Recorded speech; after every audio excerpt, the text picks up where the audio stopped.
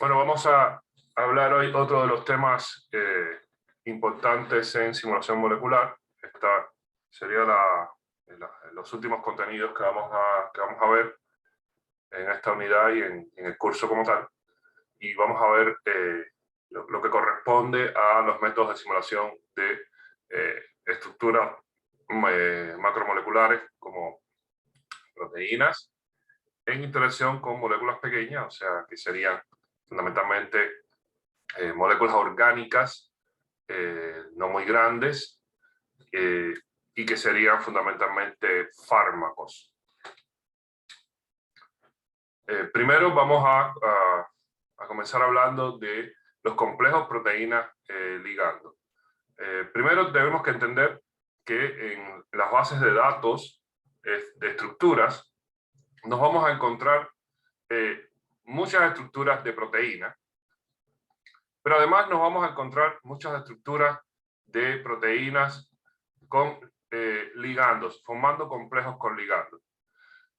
Si nos encontramos estructuras de proteína, eso puede ser una información tremendamente útil, evidentemente, pero cuando tenemos estructuras de las proteínas formando complejos con ligandos, va a tener un plus adicional que va a estar dado por el hecho de que muchas veces nos interesa estudiar a esas proteínas como en su función, pero además también en interacción con otras moléculas que podrían ejercer una función sobre ellas. O sea, gran parte de conocimiento que queremos tener sobre las proteínas se debe a que queremos diseñar otras moléculas que sean capaces de afectar la actividad de esas proteínas. Por lo tanto, tener la estructura de esas proteínas formando interacciones con moléculas es una información sumamente útil. Es una información que realmente constantemente se está buscando y se está enriqueciendo las bases de datos de PDB con esas estructuras.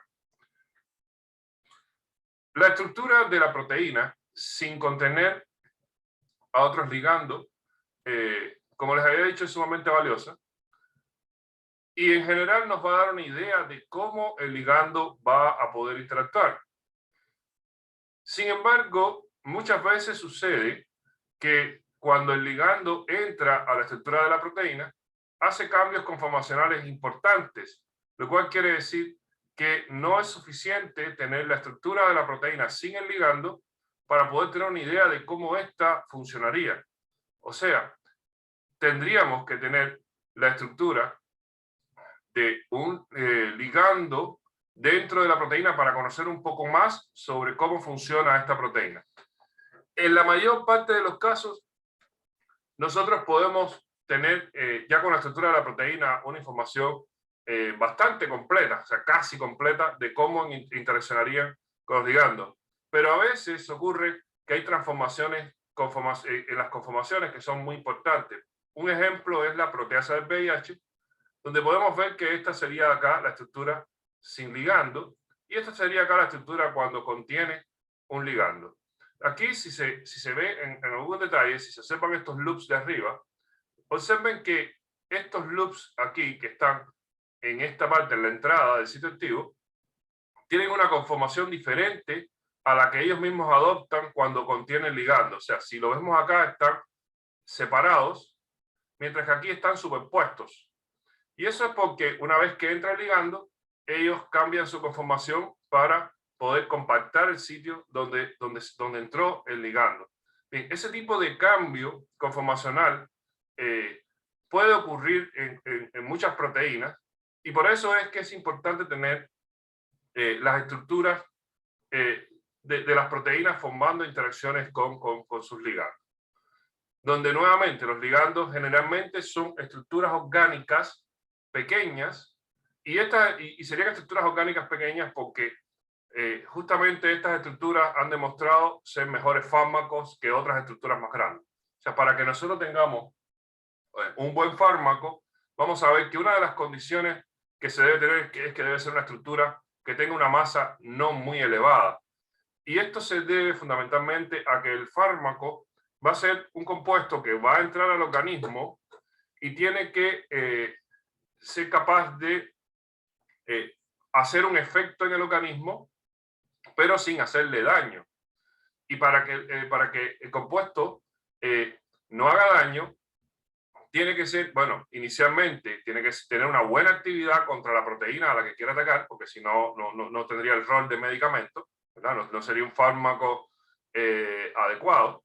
Pero además de tener un buen efecto sobre la proteína que él quiere atacar, también debería ser inocuo, o sea, no debería tener una toxicidad tal que pueda hacerle daño a la proteína. Debería tener la menor cantidad de efectos colaterales posible, cosa que sabemos que no es del todo así. La mayor parte de los medicamentos tienen efectos colaterales que a veces son bastante molestos. Sin embargo, esos efectos colaterales, si no son graves, igual el paciente tiene que soportarlos en aras de poder estar mejor, ¿no?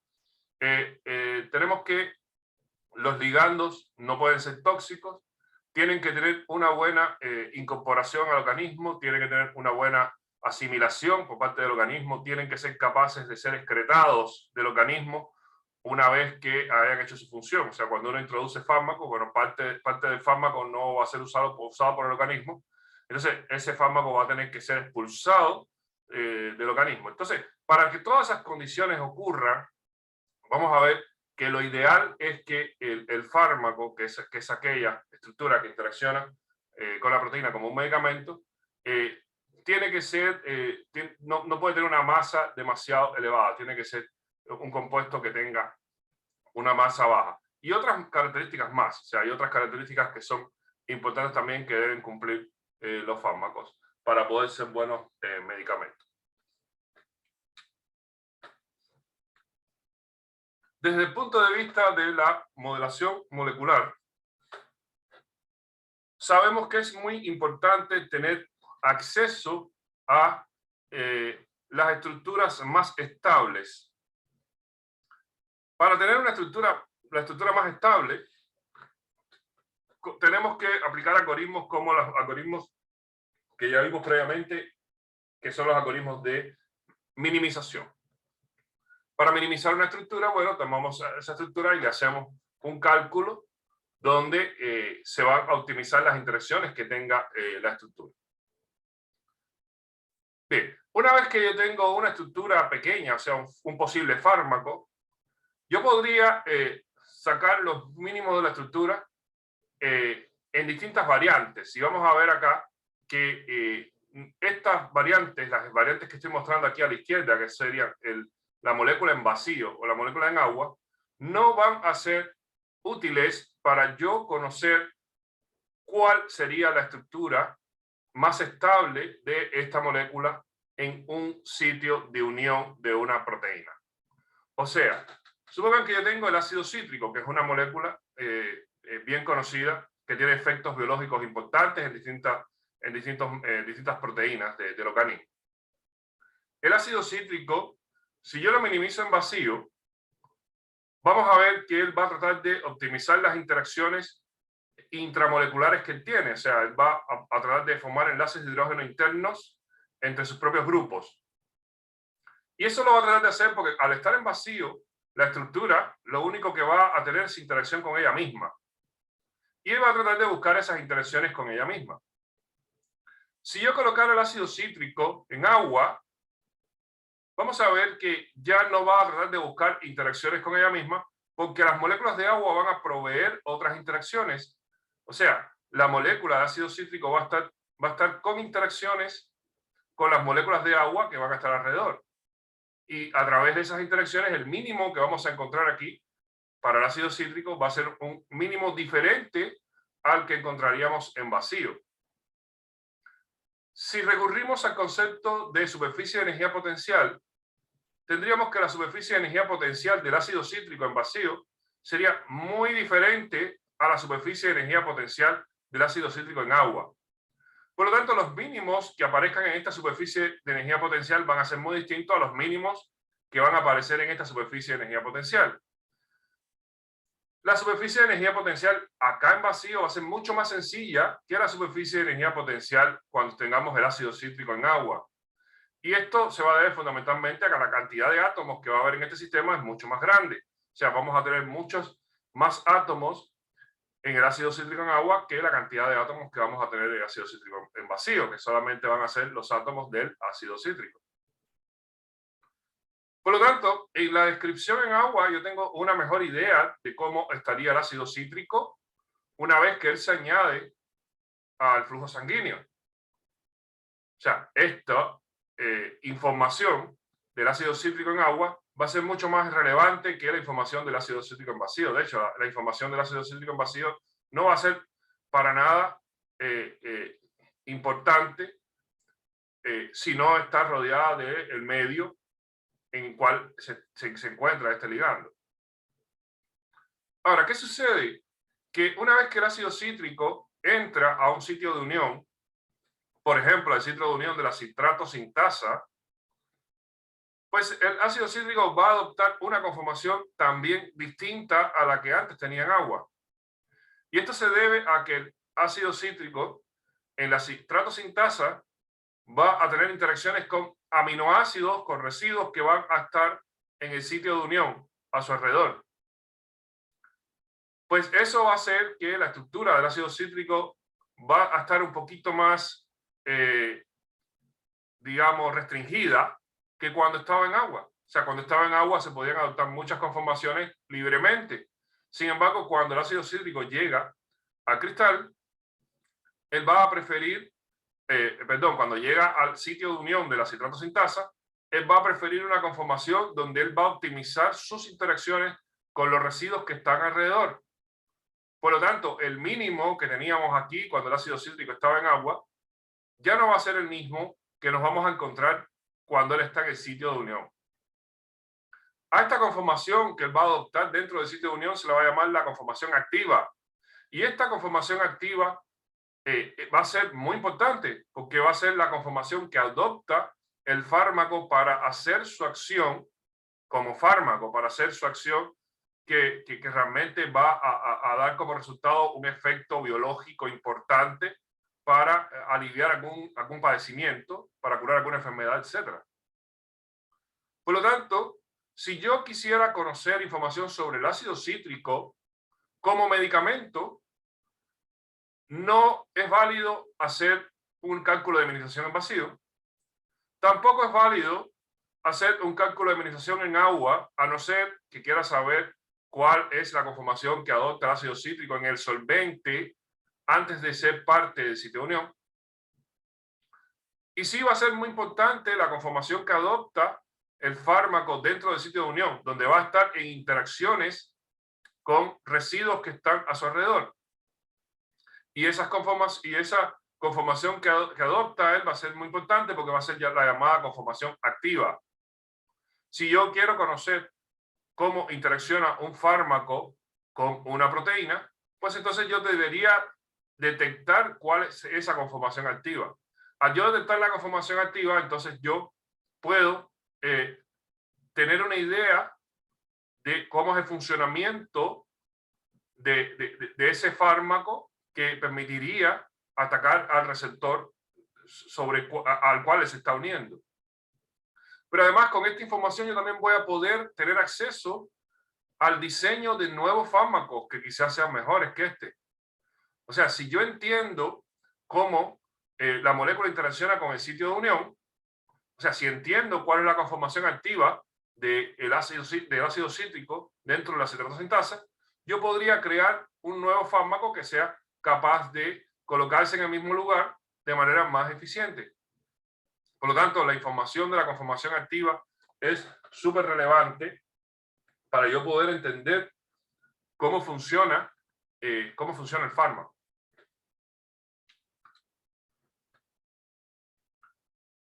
El fármaco va a estar en el sitio activo formando una conformación activa y estableciendo interacciones con residuos de aminoácidos que están a su alrededor. ¿Cuáles serían esas interacciones? Bien, vamos a ver que vamos a tener interacciones no covalentes entre el ligando y la proteína. Cuando me refiero a no covalentes, me refiero a que el ligando no está unido a la proteína. Con esto no quiero decir que no puedan existir ligandos que se unan covalentemente, pero esto ya es otra historia.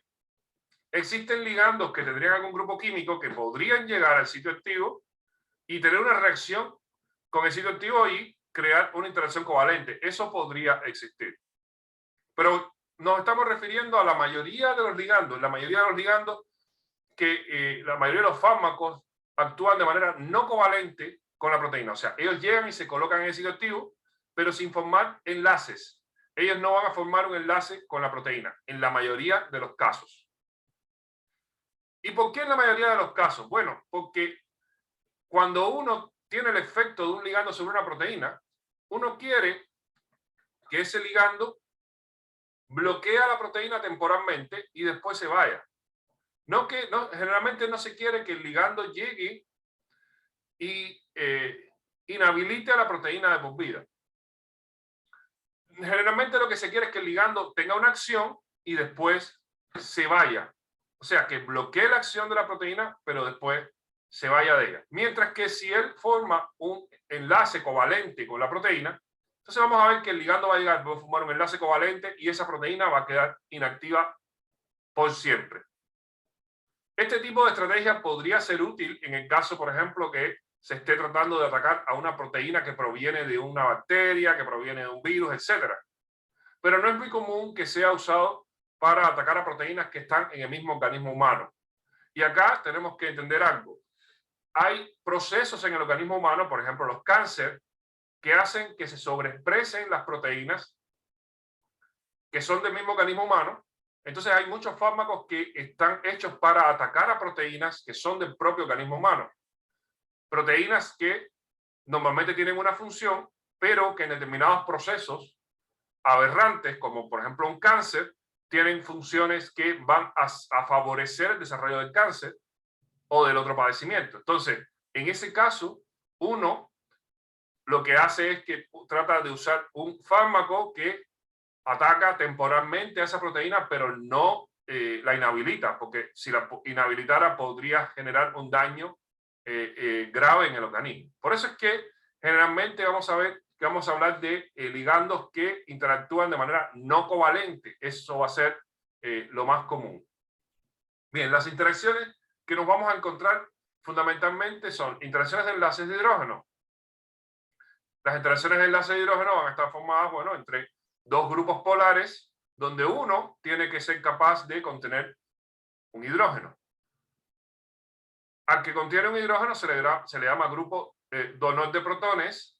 Al que recibe los hidrógenos se le llama grupo aceptor de protones.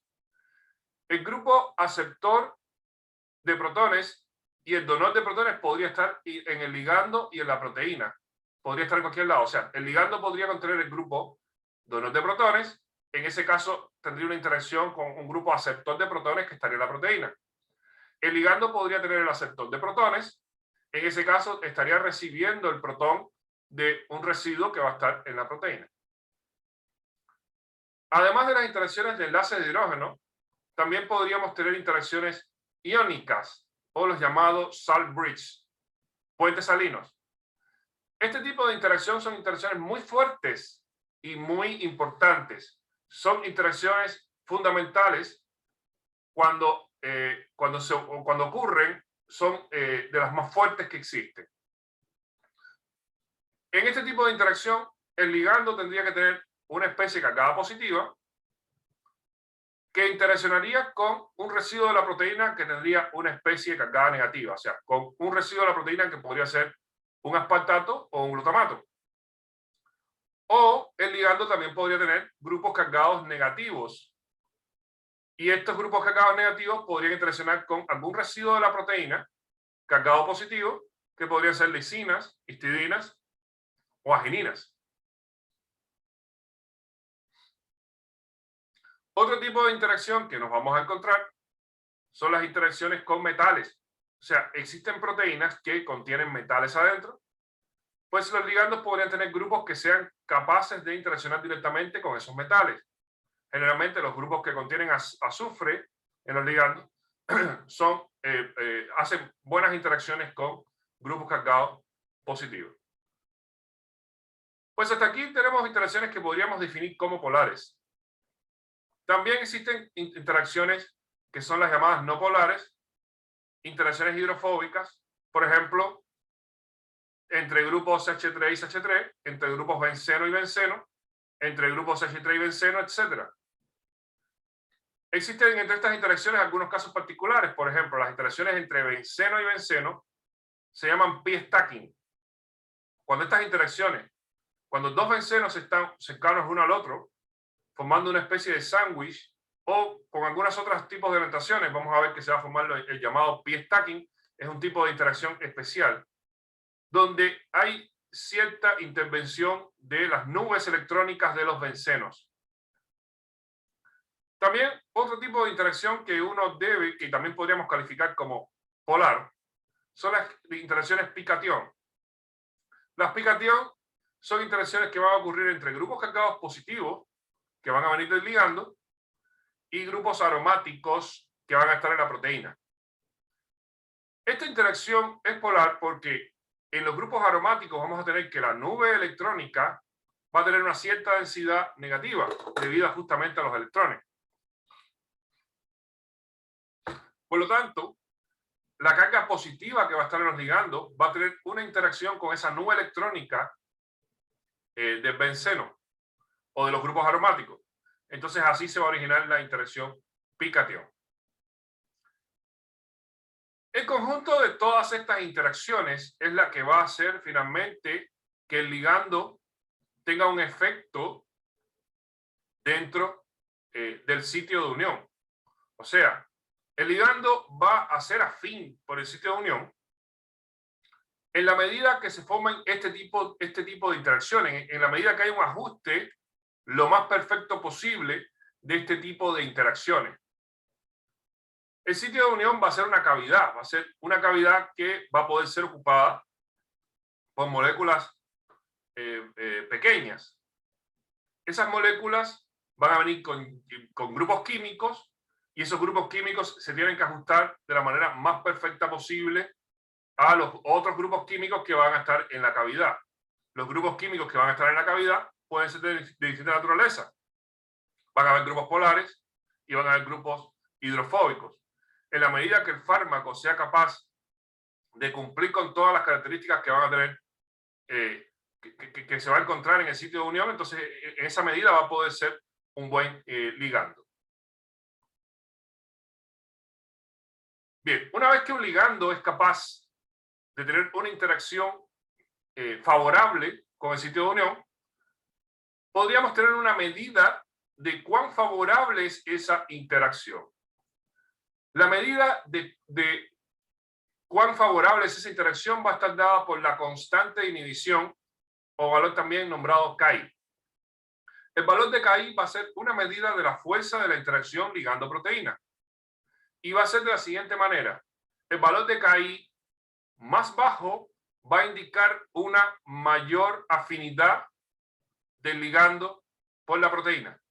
Un valor de Ki más alto va a indicar menos afinidad del ligando por la proteína. La manera de interpretar el valor de Ki es la siguiente.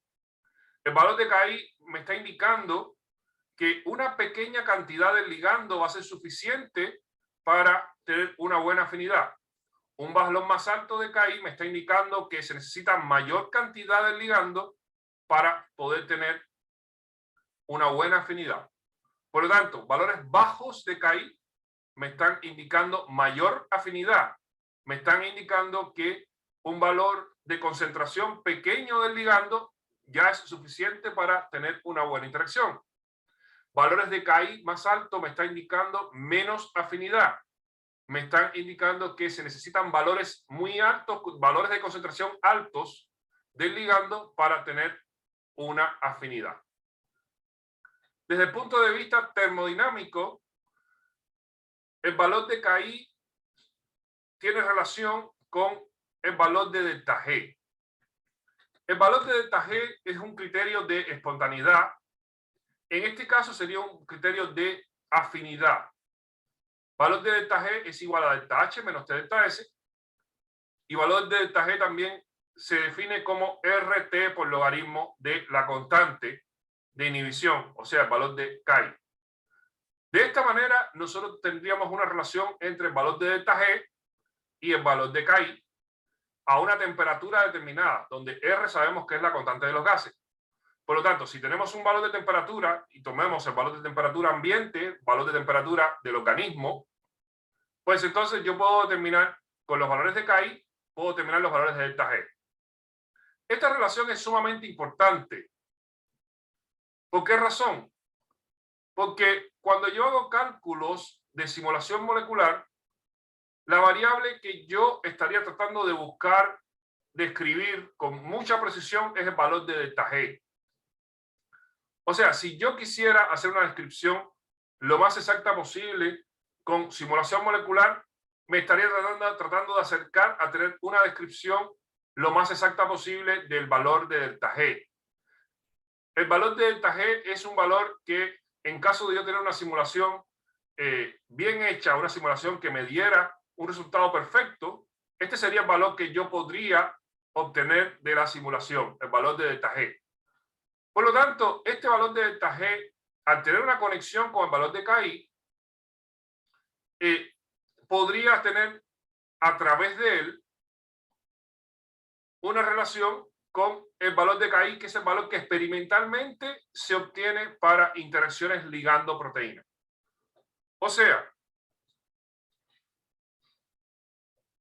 si yo tengo experimentos de interacción ligando-proteína, lo que se mide en los laboratorios es el valor de Chi. Lo que aparece reportado en literatura es el valor de Chi.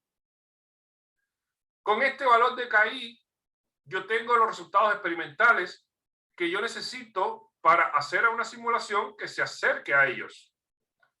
Pero mi simulación no me ofrece a mí valores de Chi. Mi simulación me ofrece a mí valores de delta G. Por lo tanto, si yo tengo buenos valores de delta G, yo tendría que usar esta ecuación para asociarlos con los valores experimentales de Chi. O sea, experimentalmente se me ofrece Chi, computacionalmente yo obtengo delta G. Por lo tanto, con esta ecuación yo hago una relación y puedo conectar mis cálculos con los resultados experimentales. Aquí es importante hacer una salvedad. Muchas veces, en vez de llegar a valores de Chi, experimentalmente se llegan a valores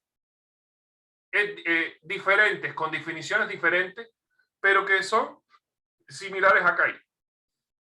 Esas maneras de definición diferentes son, por ejemplo, el valor de IC50. En literatura muchas veces encontramos valores de IC50 en lugar de valores de Chi. Si bien el valor de IC50 no es directamente una medida de la interacción ligando-proteína, sí tiene una definición que apunta en esa dirección. El valor de IC50 es, por definición, la cantidad que yo necesito para tener un 50% de la actividad. No es exactamente una medida de la fuerza de interacción, pero tiene una relación directa con el valor de Chi. Por lo tanto, es usual tomar el valor en esta ecuación, el valor de IC50 en lugar del valor de Chi, sabiendo sí que estaríamos introduciendo un error en la ecuación, pero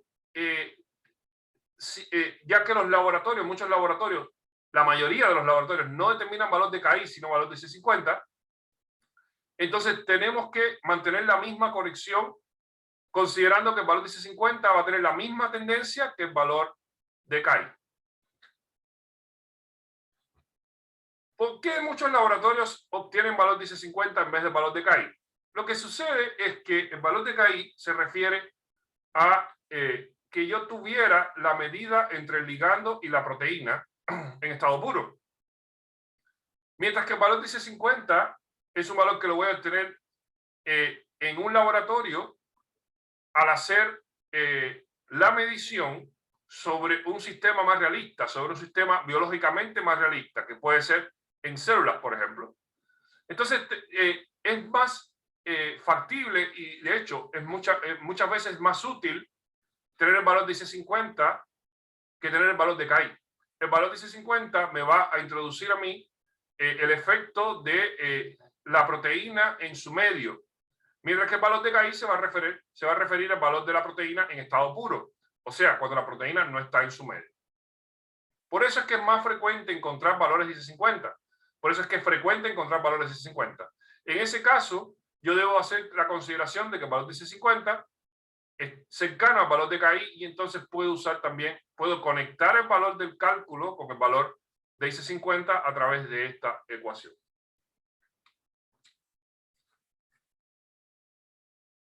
Los cálculos con los cuales yo puedo determinar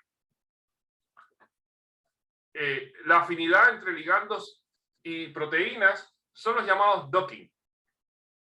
El docking es un cálculo de simulación que está orientado a obtener cuál es la orientación, cuál es la pose, cuál es la conformación que adopta el ligando dentro de un sitio de unión. O sea, cuál es la conformación activa. El docking lo que va a hacer es una búsqueda para tratar de optimizar las interacciones que van a ocurrir entre el ligando y la proteína. El docking va a tratar de que si el ligando contiene grupos polares, como estos de acá, esos grupos polares estén rodeados de grupos polares en la proteína. Y si tenemos grupos hidrofóbicos, como este acá, ese grupo hidrofóbico esté rodeado de grupos hidrofóbicos en la proteína.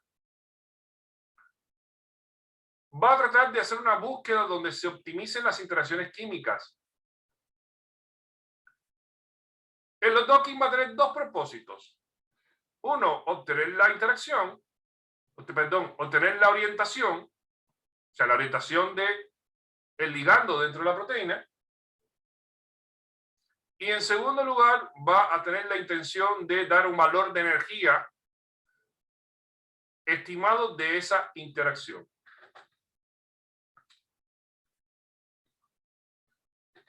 Por lo tanto, los desafíos del docking son los siguientes. Identificación de la geometría correcta de unión del ligando en el sitio de unión. El binding mode. El binding mode de un ligando va a ser uno de los objetivos que va a tener el docking.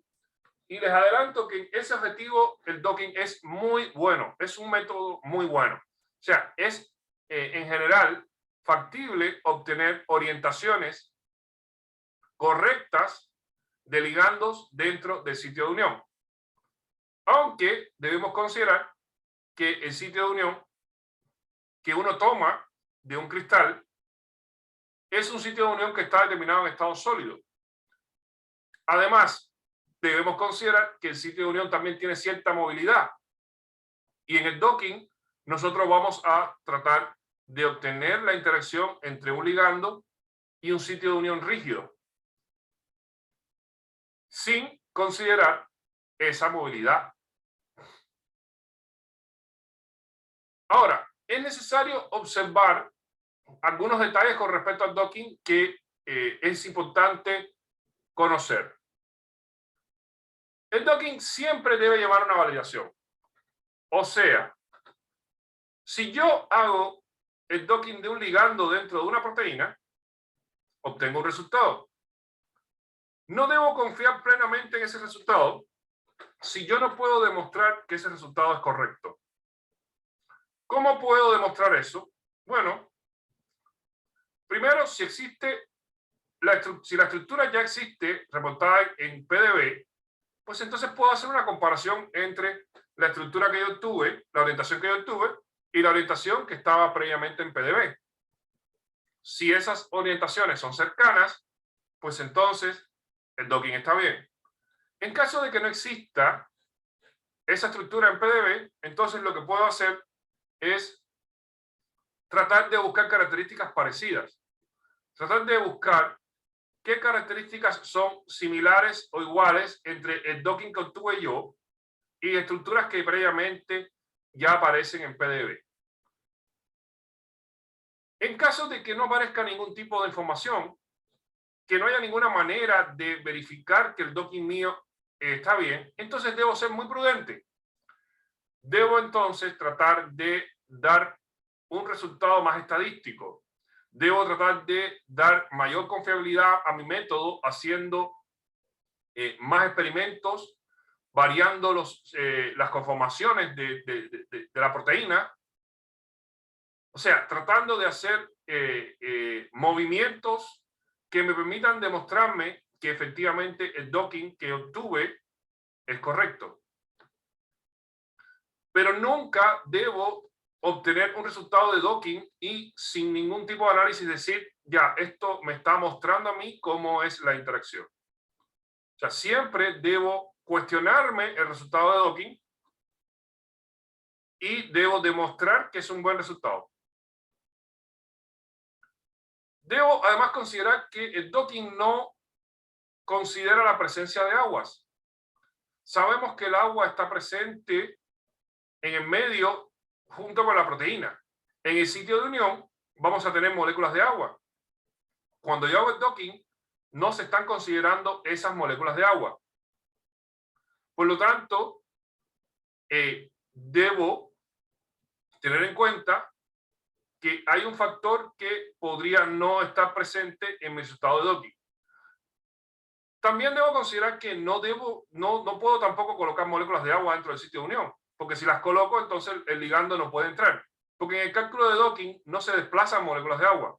En el cálculo de docking, la molécula busca en una cavidad, hace una búsqueda en una cavidad, y si hay moléculas de agua, pues ese ligando el ligando no va a poder colocarse donde están las moléculas de agua. Debo considerar también, ligandos similares podrían unirse con orientaciones muy diferentes en el sitio activo, pero el resultado de docking no es un argumento decisivo para esto. O sea, ¿a qué me refiero acá?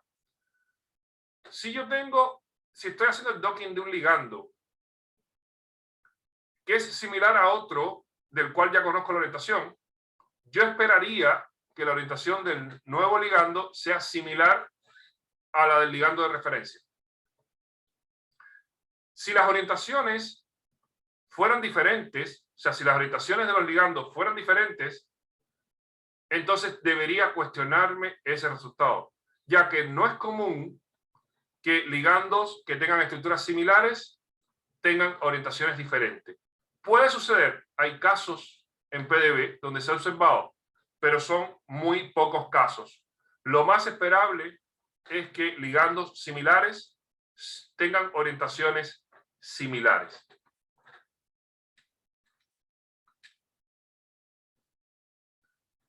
Las dos tareas principales de una herramienta de docking van a ser las siguientes: un muestreo del espacio conformacional del ligando y el scoring de los complejos proteína-ligando. O sea,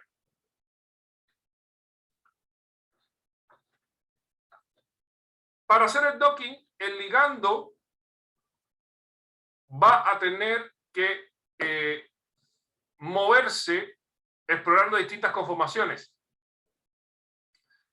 Vamos a tomar el ligando y este ligando se va a mover de manera que adopte distintas conformaciones. Se hace una evaluación de esas conformaciones. Y después se toman esas conformaciones y se ubican en el sitio de unión y se les da un valor de energía según el valor, según las interacciones que se obtuvieron para cada una de esas conformaciones. Esa última tarea es la que se llama el scoring. El scoring se refiere a que vamos a darle valores de energía a cada una de las conformaciones y aquellos valores de energía que sean más negativos son favorecidos. Los valores de energía que no son negativos, entonces no son favorecidos. Y de esa manera se evalúan distintas conformaciones del ligando dentro del sitio activo.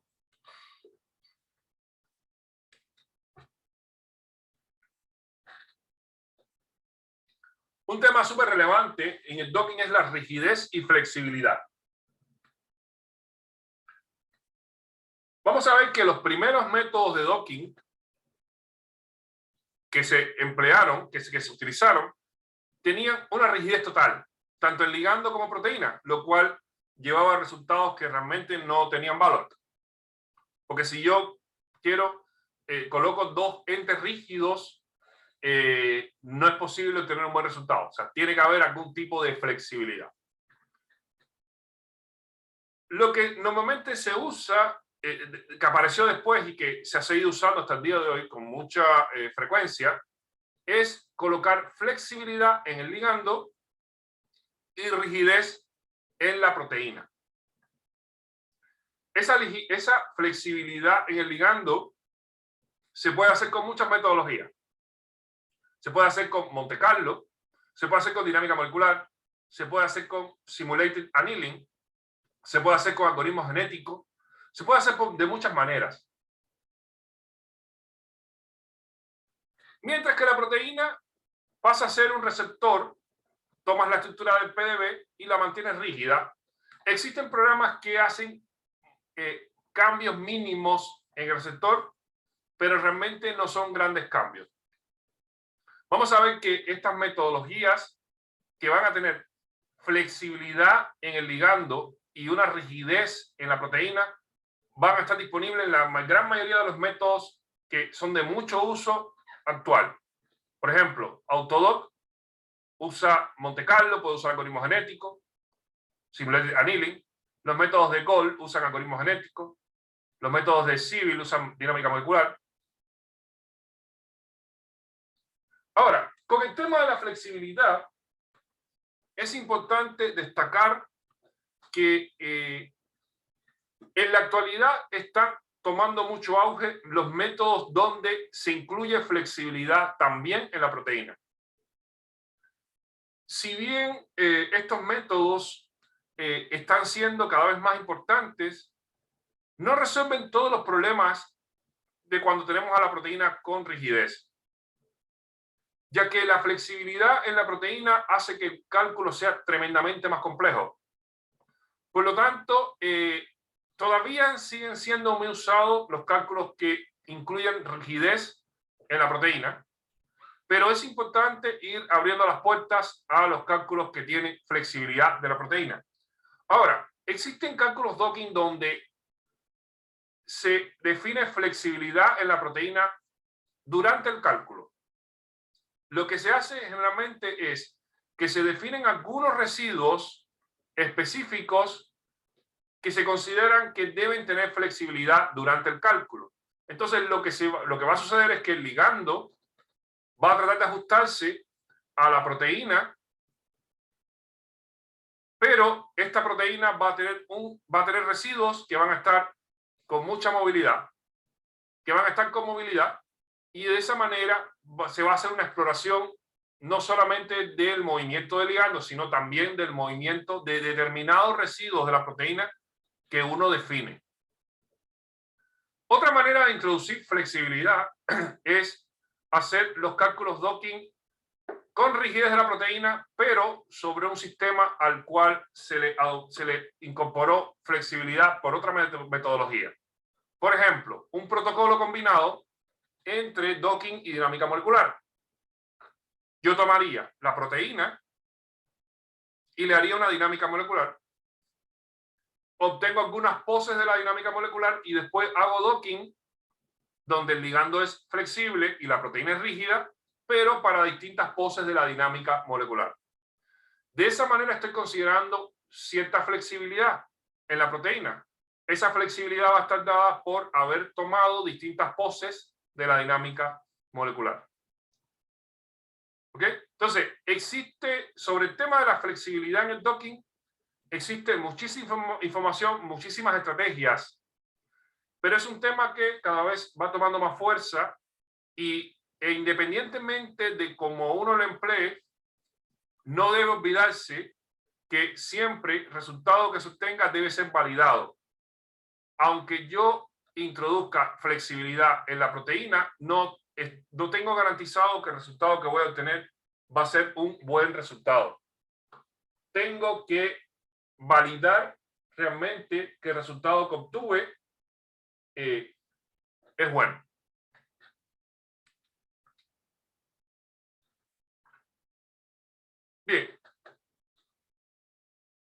parte del docking está relacionada con las funciones de scoring. Vamos a ver que las funciones de scoring son todo un tema en docking. Porque no solamente me interesa obtener una buena orientación, también me interesaría obtener una buena evaluación de la energía de esas orientaciones.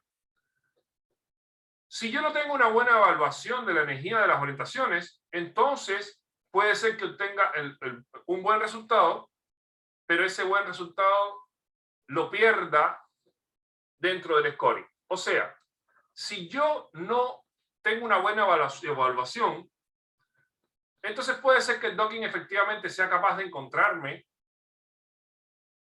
a un buen resultado, pero al no darle un buen valor de energía, ese resultado va a quedar fuera de los resultados finales. Por lo tanto, tiene que haber una buena función de scoring para que me ofrezca a mí el resultado correcto como un resultado final. Obviamente que dentro de la función de scoring se querría que el resultado final correcto fuera el de mejor energía. Sin embargo, eso no es de todo así. Por eso cuando uno hace un docking, se recomienda tomar no solamente el mejor resultado, sino tomar un conjunto de los mejores resultados. Por ejemplo, tomar los 10 mejores resultados y analizar qué tanto se parecen esos 10 mejores resultados a valores que ya estén determinados experimentalmente. O sea, evaluar puede ser que el mejor resultado según el scoring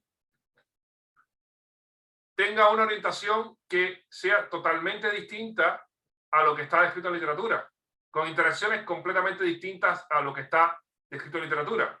Sin embargo, el que obtuve según el scoring en el segundo o en el tercer lugar me dan buenos valores, me dan una buena orientación, orientaciones parecidas a las que se aparecen en literatura. En ese caso, yo entonces tomaría los que quedaron en segundo o tercer lugar. En mi experiencia, generalmente las mejores soluciones van a aparecer en los 3 primeros lugares. O sea, es muy común en docking que aparezcan las mejores soluciones en los 3 primeros lugares y no más allá. Pero tampoco va a ser común que siempre me aparezca todo en el primer lugar. Bien, vamos a tomar los 20 minutos de receso y nos vemos acá entonces a las 10.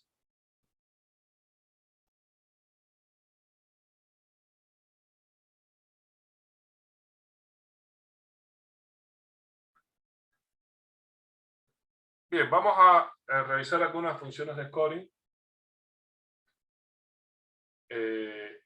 Nuevamente, es importante tener buenas funciones de scoring porque una vez que el algoritmo de docking busca las mejores soluciones, las tiene que ordenar de manera que que queden las mejores soluciones dentro de las mejores. O sea, si yo hago una búsqueda en docking, él va a hacer evaluaciones de energía a cada una de las poses que le encuentra. Pero lo que uno quiere es que él me dé a mí como resultado final la pose correcta. Entonces, si yo tengo una buena función de scoring, yo garantizo... Disculpe, ¿está compartiendo pantalla? Sí. Que no se ve. Ya. A ver. ¿Todos no lo vieron?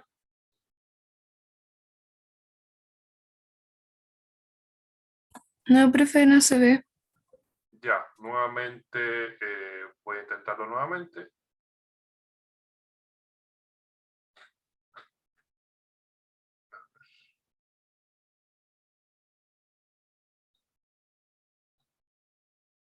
¿Ven ahora? Sí, profe. ¿Ven ahora? Sí, sí se ve ahora, profe. Perfecto. Bien, entonces, nuevamente, las funciones de scoring tienen que ser buenas porque así tenemos un resultado, el resultado correcto entre las soluciones. El docking tiene que hacer una búsqueda de soluciones, para eso le hace muchas evaluaciones, él asigna valores de energía. Si esos valores de energía están bien asignados, entonces la mejor solución va a estar entre los resultados finales. Lo ideal en el docking es que la mejor solución sea el mejor scoring. Pero como yo les decía, eso no va a ser de todo así. Entonces, por eso lo que yo debo hacer es elegir las 10 mejores soluciones y buscar entre esas 10 mejores soluciones defender una pose correcta de esas 10 mejores soluciones. ¿Okay? O sea, nuevamente, yo debo hacer un docking con criterio. Debo debo defender el docking que yo obtuve basándome en resultados experimentales que me puedan ayudar a mí a defender esa pose de docking. O sea, no solamente es elegir el mejor scoring, sino elegir el mejor scoring y justificar que esa es la mejor solución. Bien, vamos a ver que en los tipos de funciones de scoring vamos a encontrar funciones que van a estar por complementariedad de forma y química, funciones empíricas, funciones que funcionan por campo de fuerza, basadas en conocimiento, y funciones de consenso. Entre otras, hay muchas estrategias para hacer funciones de scoring, pero estas, como diríamos, son las más extendidas.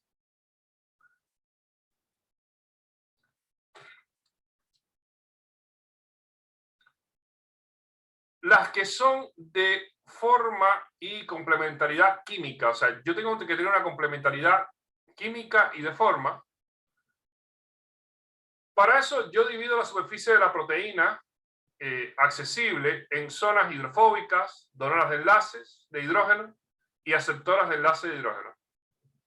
Y se hace lo mismo para la superficie del ligando.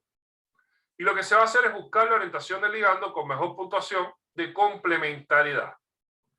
¿A qué me refiero? Bueno, el sitio activo, recuerden que es una cavidad. Esa cavidad va a tener una forma. Entonces, el ligando, para poder tener un buen docking, tiene que ajustarse a esa forma. Si el ligando se ajusta en cuanto a forma, entonces eso va a favorecer que ese sea un resultado de docking. ¿Ya? Pero no solamente la forma, también tiene que haber una complementariedad en cuanto a los grupos químicos. Entonces, además de que se ajuste el ligando a la forma, se va a evaluar que las zonas hidrófobas del ligando se enfrenten a las zonas hidrófobas del sitio de unión de la proteína. Además, se va a evaluar que los donores de enlaces de hidrógeno del ligando se enfrenten a aceptores de enlaces de hidrógeno de la proteína. Y que los aceptores de enlaces de hidrógeno del ligando se enfrenten a los donores de enlaces de hidrógeno de la proteína. Si yo tengo un ligando que ajusta su forma al sitio activo y además hace enfrentamientos adecuados entre grupos químicos, pues ese ligando va a estar, esa pose de unión del ligando va a estar evaluada con el mejor scoring. Entonces, este tipo de scoring va a tratar de buscar complementariedad entre forma y grupos químicos. Por supuesto que el tema de la complementariedad es esencial. Es esencial que exista una buena complementariedad. Pero hay otras maneras de buscarlo. Y en esas maneras de buscarlo están los scoring de campos de fuerza. En los scoring de campos de fuerza, yo voy a tener términos no enlazantes del campo de fuerza para hacer la evaluación. Potencial de Lennard-Jones y término colómbico. Y con esos términos yo voy a tratar de buscar la mejor solución de docking molecular. O sea, el mejor scoring lo voy a buscar a partir de de un campo de fuerza. Están los métodos de scoring basados en conocimiento.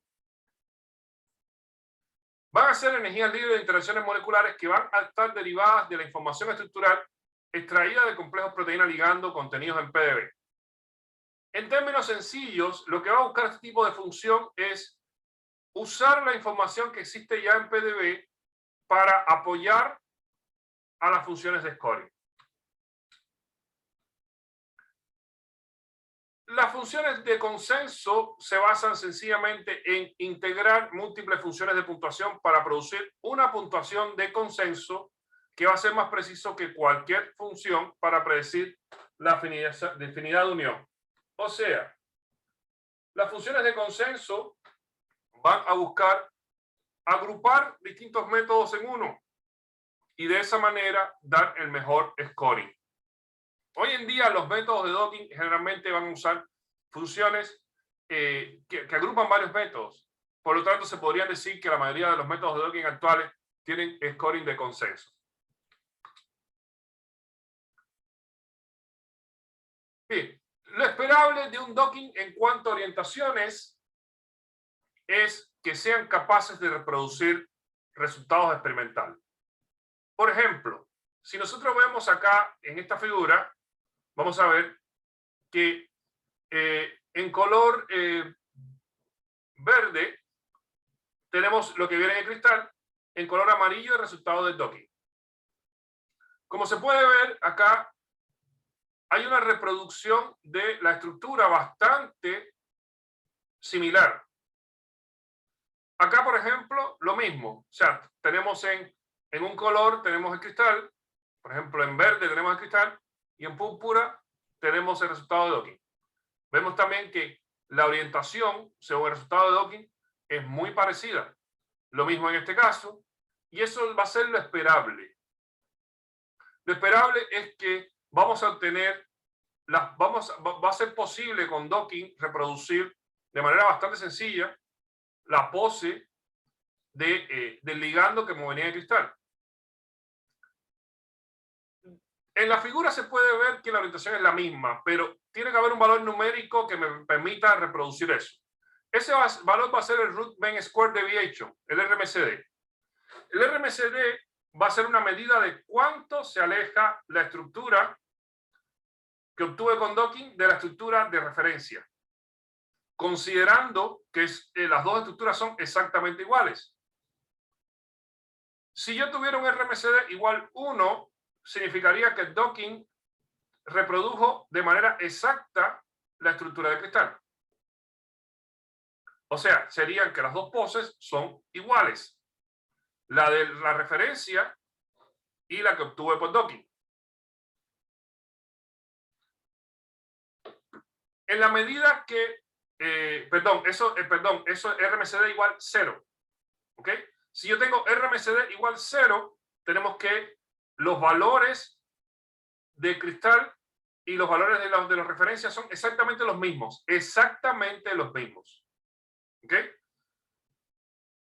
En la medida que el valor de RMSD se hace mayor que 0, entonces significa que se está haciendo diferente. De manera que, por ejemplo, si yo tengo valores menores a 2, entonces yo voy a tener que la estructura va a ser bastante parecida a la de la referencia y son valores aceptables. Por encima de 2, entonces habría que revisar si es que alguna parte de la proteína del ligando se aleja de la estructura inicial. Pero, por ejemplo, valores, si yo tengo un valor de RMSD de 3 y tanto, 4, tanto, algo así, eso significa que directamente no se obtuvo una pose igual a la pose de referencia.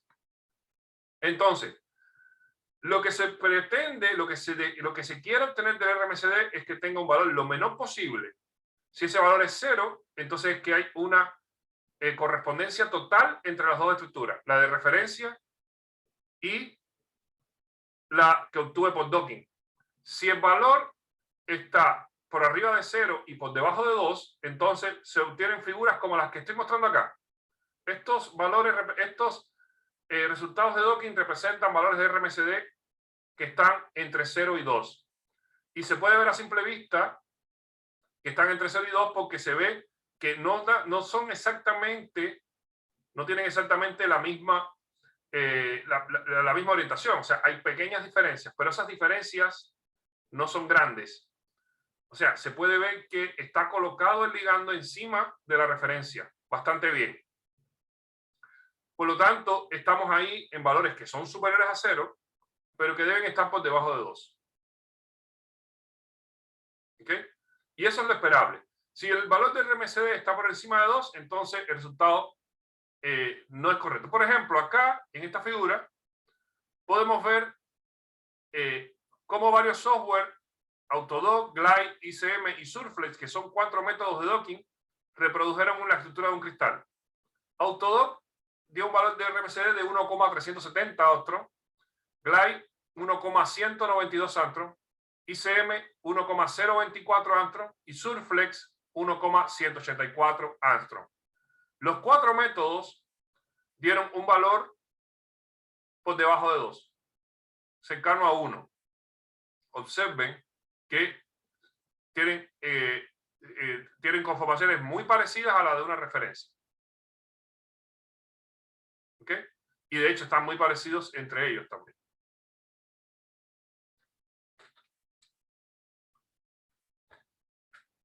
Bien. Algo que también es interesante del docking es lo que se llama el diseño de novo. El diseño de novo es un tipo de metodología que se basa en docking y que está hecha para crear nuevos ligandos a partir de un resultado de docking. ¿Cómo funcionaría esto? Bien, tenemos un sitio activo e identificamos sitios dentro del sitio activo, o sea, sitios polares, por ejemplo, aquí una parte cargada negativa, una parte polar con un grupo aceptor de protones, un grupo donor de protones y grupos hidrofóbicos. Identificamos esas formas dentro del sitio activo y colocamos ligandos que se complementen bien a este tipo de estructura.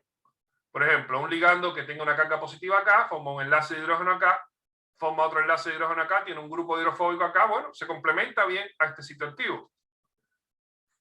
Pero lo que yo busco en el diseño de novo es cambiar al ligando original. Y para eso, entonces, ¿qué hago? Dejo los grupos que ya interaccionan y cambio los grupos intermedios. Esos grupos intermedios lo voy a reemplazar por otro grupo químico diferente y así voy a tener una nueva molécula.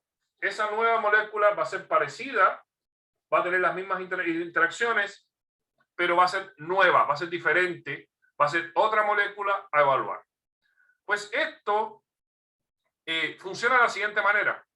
Yo hago un docking, identifico las interacciones con el sitio activo y reemplazo los grupos interiores de la molécula para crear moléculas diferentes. O sea, yo para esto tendría que dividir el ligando en fragmentos y lo que hago es que dejo los fragmentos que están interactuando y cambio los fragmentos interiores. Esta metodología se llama diseño de novo y está hecha con la intención de crear nuevos ligandos a partir de un resultado de docking.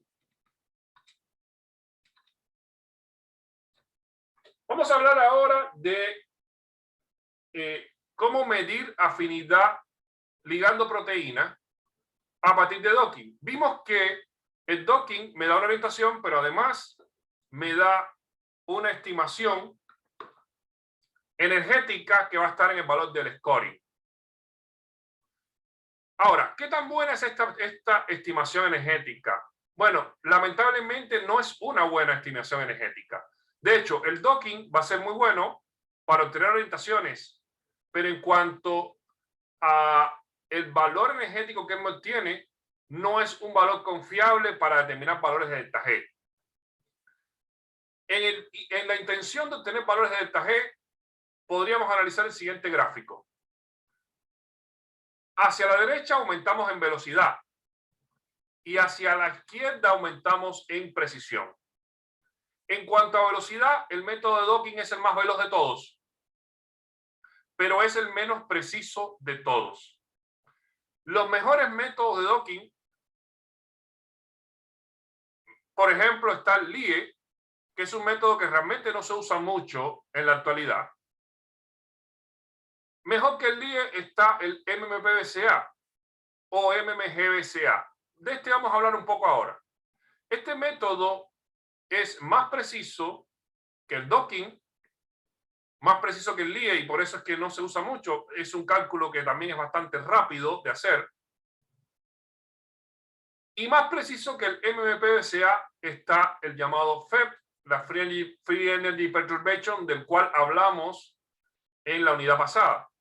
El Free Energy Perturbation es mucho más preciso, pero es el más lento de todos. O sea, en cuanto a velocidad, el Free Energy Perturbation es muy preciso, pero es el más lento. Además, tiene otras restricciones que habíamos hablado antes. Las comparaciones entre el Free Energy Perturbation se hacen entre varios estados que tienen que ser similares. Por lo tanto, no lo puedo aplicar a todos los casos que yo quisiera, como el caso del docking. En ese aspecto, el MMPVCA o MMGVCA van a ser los métodos que más se están usando en cuanto a comprometer velocidad con precisión. O sea, el método de MPVCA es un método bastante rápido, no tan rápido como el docking, pero es bastante rápido, y es un método bastante más preciso que el docking. Eso sí, en cuanto a velocidad, no es tan lento, pero en cuanto a precisión, tampoco es tan preciso. O sea, a pesar de que es más preciso que el docking, el MMPVCA y MMGVCA no es un método todavía contundentemente preciso. O sea, es un método que sin dudas es mejor que el docking, pero no tiene la precisión que realmente uno quisiera tener para ya solucionar el problema de determinar un buen valor de deltaje. No obstante, es un método bastante usado y por eso vale la pena revisarlo un poco. MMPVCA y MMGVCA. Las siglas Molecular Mechanics Poisson-Boltzmann Surface Area, sería PBSA, o Molecular Mechanics Generalized Bohr Surface Area. Eso se referiría al Generalized Bohr en el caso del GVCA. me está indicando que estamos hablando de mecánica molecular en el método. PB o GB son dos métodos para hacer contribución electrostática a la solvatación, y Surface Area es la contribución no polar a la solvatación. Vamos a ver que estos métodos se basan en considerar una solvatación con solvente implícito. ¿A qué se refiere esto? Bien, se refiere a que vamos a tener solvatación, pero sin tener presencia de moléculas de agua. Si hubiera presencia de moléculas de agua, estaríamos hablando de solvatación explícita. Pero al no haber moléculas de agua directamente, entonces estamos haciendo una solvatación implícita. No hay presencia de moléculas de agua, pero a diferencia del docking, se está haciendo una consideración de la contribución electrostática a la solvatación. Por lo tanto, esto es lo que añade el MMPVCA o MMGVCA al sistema, que lo hace más preciso. El docking no considera la presencia de moléculas de agua, no considera términos de solvatación. MMPVCA y MMGVCA va a ser una consideración extra en términos de solvatación. O sea, va a considerar términos de mecánica molecular y además va a considerar términos de solvatación, y con eso va a buscar una mejoría en la descripción de los sistemas.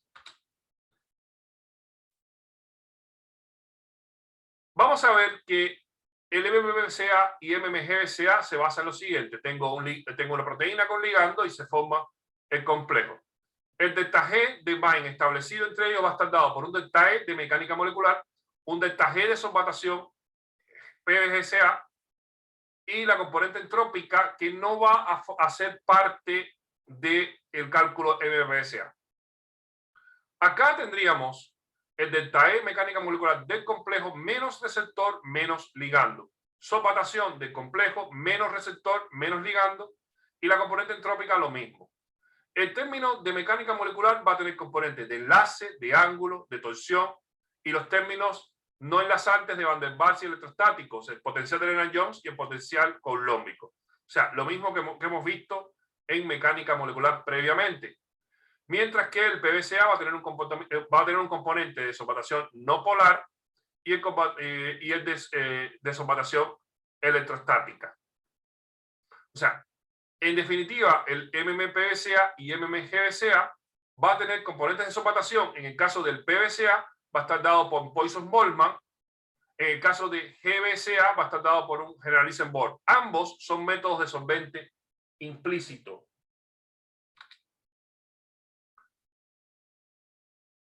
Vamos a ver que la energía libre de interacción electrostática sistema-solvente se va a evaluar mediante la descarga del soluto en el primer solvente. El sistema, ahora considerado completamente no polar, se va a transferir entre los dos solventes y así se va a brindar las contribuciones no polares a la energía de solvatación delta G. Bien, vamos a ver que va a ser un proceso donde se va a considerar la solvatación del sistema. Bien, generalmente la manera de aplicar métodos de MMPVCA y MMGVCA va a estar dado por usar primero dinámica molecular para generar un conjunto representativo de las estructuras. O sea, una vez que yo tengo un docking, lo que yo debo hacer es hacer una dinámica molecular con los resultados de docking. Después vamos a tomar instantáneas representativas de la trayectoria a intervalos fijos. Se va a eliminar el solvente explícito y se va a aplicar el método MMPVCA o MMGVCA para calcular el valor de energía libre con el solvente implícito. La eliminación del solvente explícito es porque recuerden que en GVCA y PVCA se va a usar el solvente implícito. Por lo tanto, no puede haber componentes de solvente dos veces. El cálculo de entropía va a tener lo siguiente. No va a aparecer en el cálculo de MMPVCA o MMGVCA directamente. Pero existen métodos para hacer cálculo de entropía aparte. Ahora, hay dos consideraciones. El método más común, bueno, son los métodos de modos normales. Si uno revisa la literatura, uno va a ver tremendas críticas a los cálculos de entropía en simulación molecular. O sea, de manera que muchos artículos recomiendan no hacer este tipo de cálculo porque introduce muchos errores a los cálculos finales. Ahora, ¿cuándo son mayores los errores y cuándo son menores? Si todos los ligandos son aproximadamente del mismo tamaño, se puede considerar que al comparar varios sistemas, la entropía no varía demasiado. En ese caso, no conviene hacer cálculos de entropía, porque al tener sistemas similares, la entropía no va a tener una contribución tremendamente importante a las diferencias entre sistemas. En caso de que hayan diferencias apreciables, entonces sí convendría hacer esfuerzos por calcular los valores de entropía. Por último, veamos una comparación entre FEP y los cálculos de MMPVCA y MMGVCA, considerando que estos métodos son actualmente entre los más usados para este tipo de cálculo. MMPVCA y MMGVCA tienen ventajas sobre FEP en que puede tener en cuenta grandes cambios de estructura. O sea, sabemos que el FEP no puede tener en cuenta grandes cambios de estructura, mientras que el MMPVCA y MMGVCA sí puede. MMPVCA y MMGVCA es un cálculo rápido. Puede ser usado para mejorar el scoring de un docking. El FEP es un cálculo tremendamente lento y no sale directamente de cálculos de docking. O sea, yo puedo tomar dos resultados de docking y tratar de hacer un FEP, pero los dos compuestos a comparar deben ser similares. Y además de ser similares, bueno, sé que la infraestructura que necesito para hacer un cálculo de FEP en este tipo de sistema tiene que ser mucho más grande. O sea, tengo que tener realmente acceso a buenos computadores para poder hacer este tipo de cálculo. El MPSA y MMGSA lo puedo hacer en una computadora común. A pesar de que el proceso en FEP involucra especies que no existen, se obtiene una mejor concordancia con los experimentos. Y aquí esto sí es importante. Realmente el FEP es el método actualmente con el cual tendremos mayor concordancia con experimentos. Y los cálculos MMPSA y MMGSA no lo tienen tanto. Realmente son métodos mejores que el docking. O sea, uno puede, después de obtener un docking, hacer una evaluación, una nueva evaluación del scoring con estos métodos, pero los resultados siguen sin ser tremendamente precisos como se desearía. Existen algunas variaciones a los métodos de MMPSA y MMGSA que han propuesto algunos investigadores. Entre ellos está el llamado QM-PBSA, QM-GBSA. Métodos que lo que buscan es tener una descripción en vez de mecánica molecular, tener una descripción cuántica en algunas partes del sistema. Pero estas metodologías realmente no están tremendamente extendidas. Entonces, por eso, actualmente lo más disponible para hacer cálculos rutinarios son estos métodos de MMPSA y MMGSA. Bien, con esto terminaríamos los contenidos y solamente, bueno, me queda lo siguiente. A ver. Bien. A ver, déjame dejar de compartir. Bien. Me queda lo siguiente. Bueno, primero, decirles que ya coloqué en Educando las orientaciones para lo que sería la prueba 3. La prueba 3 tiene los contenidos de estas unidades. Yo establecí nuevos grupos. Recordarles que los grupos, en los grupos, bueno, tienen que tener la integración que yo les di. No deben repetir directores de grupos que ya fueron en los grupos pasados. Entonces, como ya quedan menos personas que tuvieron el rol, que no cumplieron, han cumplido con ese rol, yo les marqué en las orientaciones con un asterisco aquellas personas que podrían ser directores de grupo en cada uno de sus grupos, ¿no? En un grupo solamente una persona puede serlo, entonces tendría que ser obligatoriamente esa persona. En los otros grupos pueden ser 2 personas, uno de los 2 tendría que ser de director del grupo. Decirles nada, que las reglas son las mismas que hablamos previamente. Las orientaciones ya están en Educandos.